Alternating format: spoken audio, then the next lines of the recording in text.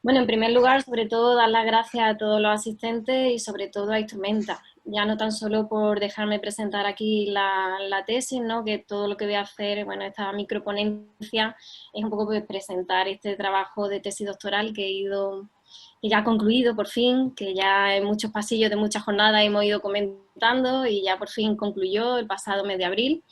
Y bueno, la verdad es que me hace especial ilusión el presentarla aquí, ya no tan solo porque sea una tesis que después de tanto trabajo, pues que si a alguien le apetece que se la lea, pues se agradece, sino también porque me he visto muy arropada por esta asociación en todo momento para hacer esta tesis. Fue una fuente de inspiración ya desde las quintas jornadas que hicimos en Zaragoza sobre arqueología musical, ¿no? Que es todo lo que es la temática de mi tesis, la base. Y bueno, pues agradecer a todos y cada uno de los que forman Instrumenta el haberme apoyado de esta forma y haberme ayudado tanto, ¿vale? Bueno, simplemente porque voy a presentar para que tengáis un poco la idea de lo que ha sido la tesis. Creo que podéis ver la presentación, ¿no? ¿Veis la presentación? Estupendo. Sí, se ve. Eso es. Bueno, si os fijáis las fechas, pues por supuesto son toda la época de Al-Ándalus, ¿no? A pesar de que todo se inicia en el siglo VIII, elegí el siglo IX por la parte de documental, ¿no? Cuando empiezan a aparecer esos códices de los sabios andalusíes.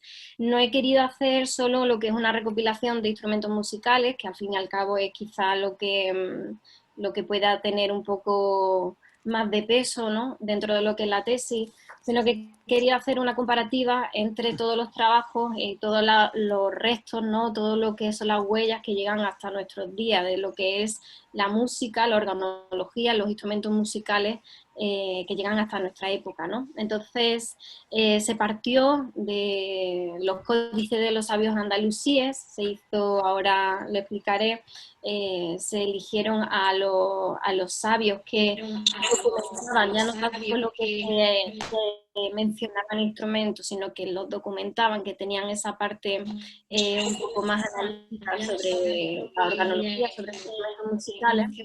Luego también, por supuesto, toda la parte de iconografía musical, que es lo que crea el contexto, que es lo que crea el escenario, y finalmente pues todo el tema de la organología, ¿no? Donde con eco, no sé si... Por favor, apaguen los micrófonos. Quienes no están hablando, por favor. A ver, voy a silenciar algo. Tienen que apagar ahí los micros. ¿Sí? Vale, perfecto. Eso, y el último punto, pues por supuesto, todo lo que es la recopilación organológica. Voy pasando por aquí. Los tratadistas, lo que os comentaba, pues me quedé con 7 de todos los que han mencionado, todo lo que es los instrumentos musicales en Al-Ándalus, son 7 los que realmente tienen un trasfondo un poco más documental sobre ellos, ¿no? Entonces, analizando todos los códices, todas las descripciones que daban sobre los instrumentos musicales, llegamos a este cuadro, ¿no? Lo separamos así a grandes rasgos, directamente por aerófono, cordófono, idiófono y membranófono. Por supuesto, se podría desmenuzar mucho más, pero para ver un poco así en bruto lo que eran los instrumentos que ya se mencionaban en los códices, pues se ha hecho esta recopilación. Esta recopilación ahora, aparte, a pesar de que estamos centrados en lo que es el territorio andaluz, pues sobre todo poner un poco en valor lo que es el patrimonio de aquí de Andalucía, lo que queda en lo que es la actual Andalucía, por supuesto se ha hecho una comparativa con el resto de España, con todo lo que existía, ¿no? Entonces, pues se ha tenido en cuenta muchísimas piezas pues, que no están mencionadas aquí, pero que también se han tratado, ¿no? Quizás no de forma tan profunda como las andaluzas.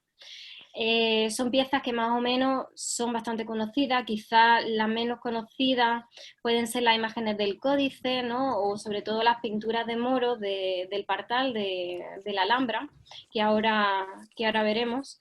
Las imágenes de caza de la Sala de los Reyes de la Alhambra, que incluso cuando hicimos la visita en la jornada, cuando la hicimos en Granada, estuvimos buscando las imágenes, ¿no? Pues aquí ahora las veremos en alta definición.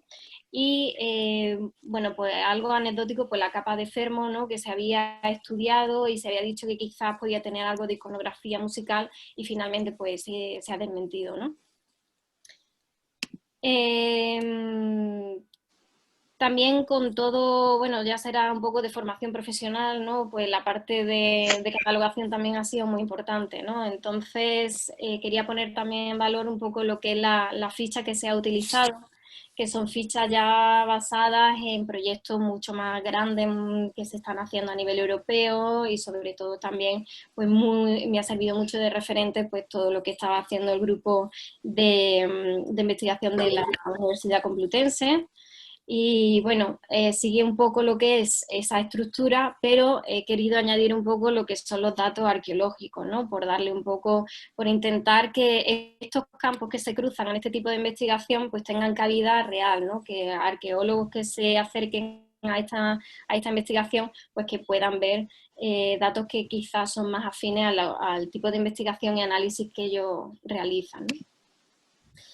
Lo de la Sala de los Reyes de la Alhambra, reseñar simplemente, pues sobre todo el cuerno de caza era bastante conocido, pero quizás el silbato era un poco menos conocido y sobre todo se había confundido en ciertos trabajos con un pandero, ¿no? Aquí cuando se amplía la imagen, cuando se ven detalles, pues se puede ver claramente pues cómo es un infante, además nos contextualiza, ¿no? Porque eso de los silbatos y demás aquí estaba un poco en el aire, de ver en qué momento se podían utilizar y quiénes podían tocarlos, ¿no? Por encontrar tanta cantidad de silbatos como se ha encontrado y con tanta variedad, ¿no? Pues aquí pues sí que lo sitúa directamente, pues normalmente con infantes, con niños pequeños y claro, aquí está la imagen, el detalle para que se vea lo que es el instrumento, pero en realidad está sobre un árbol, está apuntando al cielo y están saliendo como pájaros al vuelo, ¿no? Por lo que puede ser también tenido en cuenta como reclamo, ¿no? Luego lo que comentaba también de las pinturas de moros, del Partal, ha sido muy curioso, ha sido especialmente interesante esta parte de la investigación por todas las fases que ha ido pasando estas imágenes. Por desgracia, hoy en día las imágenes están totalmente deterioradas porque esta habitación incluso fue una cocina. Entonces las imágenes, todo lo que eran las pinturas se desconcharon y están bastante mal.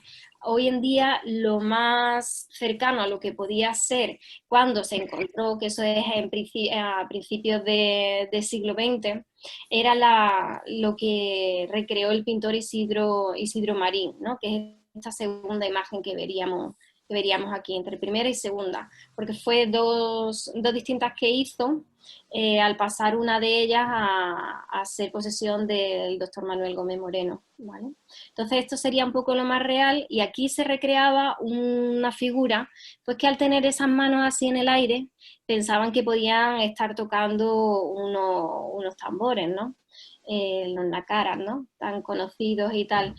¿Qué pasa? Que por el contexto sí que cuadraría que fuese ese tipo de instrumentos, pero normalmente estos instrumentos no se tocan con manos, se tocan con baquetas, están interpretados al aire libre, ¿no? Tienen que tener un sonido potente, entonces estaba un poco ahí en el aire y las posteriores recreaciones que han hecho de esa imagen directamente lo han puesto pues como si llevase una alforja, ¿no? Como podemos ver en la encargada por el doctor Antonio Fernández o la del pintor, que esta es la última que se ha hecho, Manuel López. Igual que vemos esta figura que finalmente parece no tener que ver con un músico, vemos otras que sí pueden estar más relacionadas, ¿no?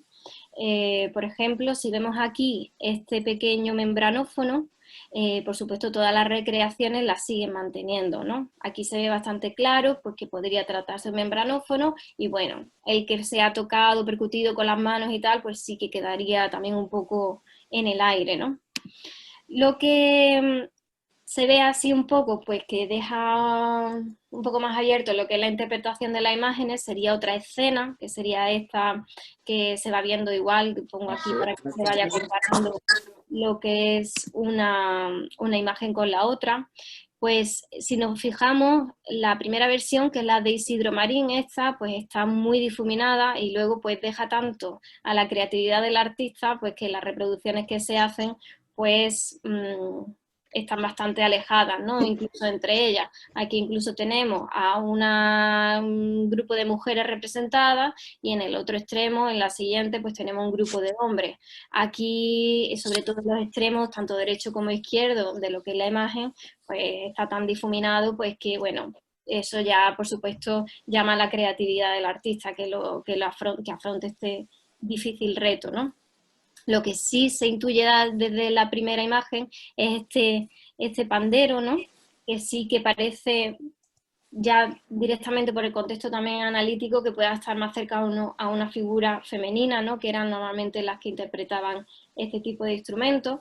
Y luego pues estos trazos, ¿no? Pues que pueden dejarnos llevar y situarnos directamente como que estamos viendo restos de un cordófono, ¿no? La relación de instrumentos musicales, entonces, que se recopila de la iconografía andalusí, sería un poquito más escasa que la encontrada en los códices, no por ello menos valiosa, y es aquí un poco donde se resume.